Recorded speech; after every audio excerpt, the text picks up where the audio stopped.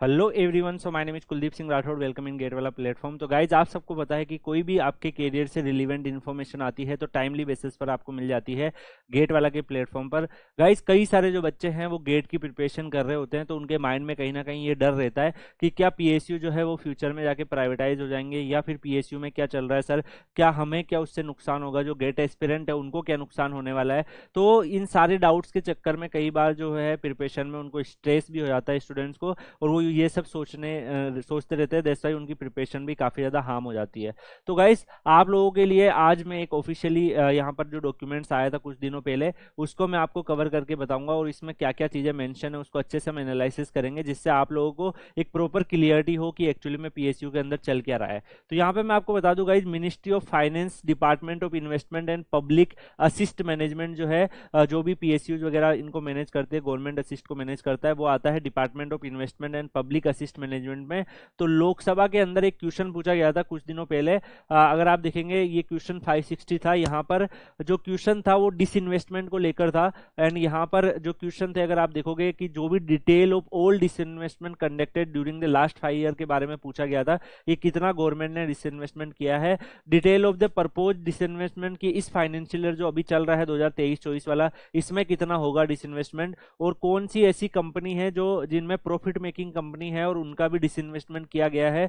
ये सारे क्वेश्चन थे। इन सब क्वेश्चंस के आंसर में जो ministers of state in the ministry of finance जो है, यहाँ पर इन्होंने आंसर किया था। इस आंसर में इन्होंने क्लियरली मेंशन किया था कि अगर हम फर्स्ट देखें detail of disinvestment through minority stake sale and strategic disinvestment during 2018-19 से लेके 2022-23 में हम देखें, तो इसमें अगर आप देखोगे बजट एस्टिमेट जो डिसइन्वेस्टमेंट रिसिप्ट से हुआ है फाइनेंशियल ईयर 2023-24 में, वो 51,000 करोड़ का इन्होंने रखा था इस पर्टिकुलर ईयर के अंदर। एंड यहाँ पर डिसइन्वेस्टमेंट, और मैं आपको प्राइवेटाइजेशन के बारे में गाइज यहाँ पर मैं आपको बता दूं कि गवर्नमेंट जो होती है, आप सबको पता है कि उनका बजट आता है मार्च के मंथ में, आपने देखा भी होगा।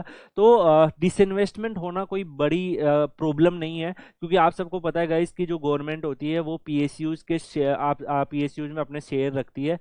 लाइक किसी पीएसयू में 95 होगा, किसी में 90 होगा। तो डिसइन्वेस्टमेंट का मतलब ये होता है कि जब गवर्नमेंट अपना मान लो गवर्नमेंट पे फिजिकल डिफिशिएट बहुत ज़्यादा हो गया, गवर्नमेंट कर्जे में जा रही है, तो उस केस में वो क्या करते हैं कि जो भी उनके अपने जो शेयर हैं किसी ना किसी पीएसयू में, वहाँ पे वो डिसइन्वेस्टमेंट कर लेते हैं, और उसकी जो अर्निंग होती है उससे फिर वो जो अपने लोन वगैरह पे कर देते हैं, और इवन जो बजट के अंदर जो बहुत सारी स्कीम अनाउंस होती है उसको भी पे करने के लिए वो इस तरीके से कर देते हैं। प्राइवेटाइजेशन डेफिनेटली एक बड़ा इशू होता है। उसमें क्या वो पर्टिकुलरली अगर मान लो गवर्नमेंट जो है वो अपने मैक्सिमम शेयर जो है सेल कर दे और अपना कंट्रोल ही लूज कर दे, तब वो प्रॉब्लमेटिक हो जाता है। डिसइन्वेस्टमेंट होना कोई बड़ा इशू नहीं है। देखो, डिसइन्वेस्टमेंट तो बहुत बार होता है, हर साल कुछ ना कुछ परसेंटेज का डिसइन्वेस्टमेंट होता रहता है। गवर्नमेंट इवन जब उनके पास अच्छा अमाउंट अर्निंग का हो जाता है तो वो वापस उन शेयर को खरीद भी लेती है। जैसे अगर आपने देखा होगा नेशनलाइजेशन ऑफ बैंक वगैरह होता है, बहुत सारी चीज़ें होती है, तो वो खरीद भी लेते हैं और वापस बेचते भी रहते हैं शेयर्स को, और उससे अर्न भी करते रहते हैं। तो ये नॉर्मल चीज़ है, ज़्यादा कॉम्प्लिकेटेड आपको नहीं बनानी है। लेकिन प्राइवेटाइजेशन जैसे होता है किसी भी चीज़ का, जैसे एयर इंडिया का प्राइवेटाइजेशन आपने देखा होगा, तो उस केस में वो पर्टिकुलरली पूरा की पूरी जो ऑर्गेनाइजेशन है वो पूरा ही प्राइवेट सेक्टर में चला जाता है। तो उसमें गवर्नमेंट के जो शेयर है वो काफ़ी कम हो जाते हैं, और प्राइवेट से जो होता है एंटिटी जो भी उसको एक्वायर करती है उसके जो शेयर है वो काफ़ी ज़्यादा हो जाते हैं। मतलब 50%, अगर आप देखो, अगर मान लो 51% शेयर हो गए प्राइवेट के, तो गवर्नमेंट का कंट्रोल जो है लूज हो गया, ओनरशिप लूज हो गई, उस केस में काफ़ी बड़ा इशू है। तो ऐसे जो ओनरशिप लूज अगर आप देखोगे लास्ट कपल ऑफ ईयर्स में, तो काफ़ी कम पीएसयूज या डिसइन्वेस्टमेंट से भी कई बार बच्चे घबरा जाते हैं जब उनको न्यूज में दिखता है कि इस बार ओएनजीसी में इतना परसेंटेज का डिसइन्वेस्टमेंट हो गया, इस बार इतना परसेंटेज का डिसइन्वेस्टमेंट हो गया, तो उसमें बच्चे घबरा जाते हैं कि यार पीएसयू मतलब प्राइवेटाइज होने वाला है, डिसइन्वेस्टमेंट हो रहा है।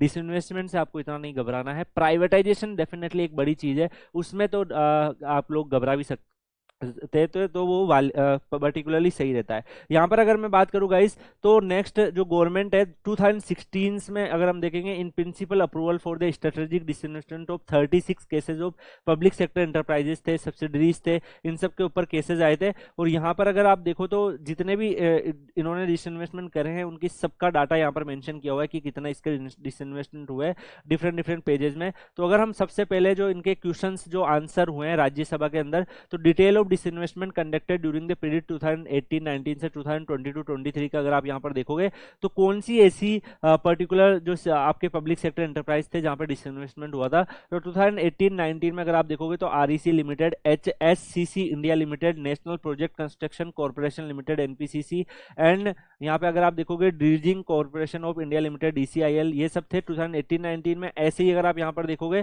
तो THDC India limited, north eastern electric power corporation limited, and यहाँ पर आपको दिखेगा कमरजर पोर्ट लिमिटेड, एंड यहाँ पे आपको एयर इंडिया भी दिख रहा है। तो देखो इनिशियली एयर इंडिया में डिसइन्वेस्टमेंट ही हो रहा था, लेकिन फिर धीरे धीरे उसको पूरा प्राइवेटाइजेशन ही कर दिया। लेकिन यहाँ पर अगर आप देखोगे एनआईएनएल भी आपको यहाँ पे देखने को मिल रहा है, तो इन सब में डिसइन्वेस्टमेंट हुए हैं, ठीक है। यहाँ पर अगर आप देखोगे भेल भी आपको दिख रहा है, मेकोन भी दिख रहा है, ठीक है, ये ज्वाइंट वेंचर कंपनी है एनआईएनएल इन सब की, तो इन सब के भी यहाँ पर आपको दिख रहा है। तो गाइस आगे अगर हम इसमें आप नेक्स्ट में देखते हो तो इनिशियल पब्लिक आईपीओ वगैरह किसके पर्टिकुलर आते हैं, आप सबको पता है बहुत सारी जो प्रॉफिट मेकिंग कंपनीज होती है वो आईपीओ भी अपने प्रोवाइड कर देती है। आप जाके शेयर मार्केट में देखोगे तो इनिशियल पब्लिक ऑफरिंग भी होता है। तो किस किस पर्टिकुलरली अगर आप देखो यहाँ पे मिधानी दिख रहा है, रिट्स दिख रहा है, इरिकॉन दिख रहा है, ठीक है, एमएसटीसी दिख रहा है, आरवीएनएल दिख रहा है, इन सब ने अपने आरपीओ भी दिए हैं। आईपीओ में अगर देखेंगे इनिशियल पब्लिक ऑफरिंग आपने देखा होगा जिसमें आप लोग इनके शेयर खरीद सकते हो, तो ये भी कोई बड़ी बात नहीं है, ठीक है। आईपीओ तो बहुत सारी जो प्रॉफिट मेकिंग कंपनी है वो करती है। ऑफर फॉर सेल अगर आप देखोगे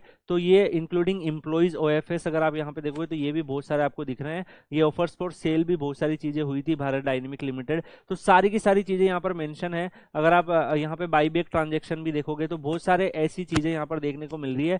कंप्लीटली अगर आपकी रिलीवेंट में चीजें अगर आपको यहाँ पर बता दूं तो गाइस आप लोगों को ज्यादा घबराने की नीड नहीं है। डिसइन्वेस्टमेंट जो है वो गवर्नमेंट करती रहती है। डिसइन्वेस्टमेंट में वो कुछ परसेंटेज ऑफ शेयर जो है सेल करके उससे अर्निंग करके और वो डिफरेंट जो स्कीम्स वगैरह है या फिर मान लो कि अगर उनको डिफिशिएट ज्यादा हो रहा है तो उसको ओवरकम करने के लिए कर देती है। मेनली जो इश्यू होता है वो प्राइवेटाइजेशन का होता है, और प्राइवेटाइजेशन तो आपने देखा होगा कि लास्ट कपल ऑफ ईयर्स में कितने कम प्राइवेटाइजेशन हुए हैं। इवन कई सारी कंपनीज को प्राइवेटाइजेशन के लिए ऑफर भी किया गया लेकिन कोई सेलर ही नहीं मिलते हैं।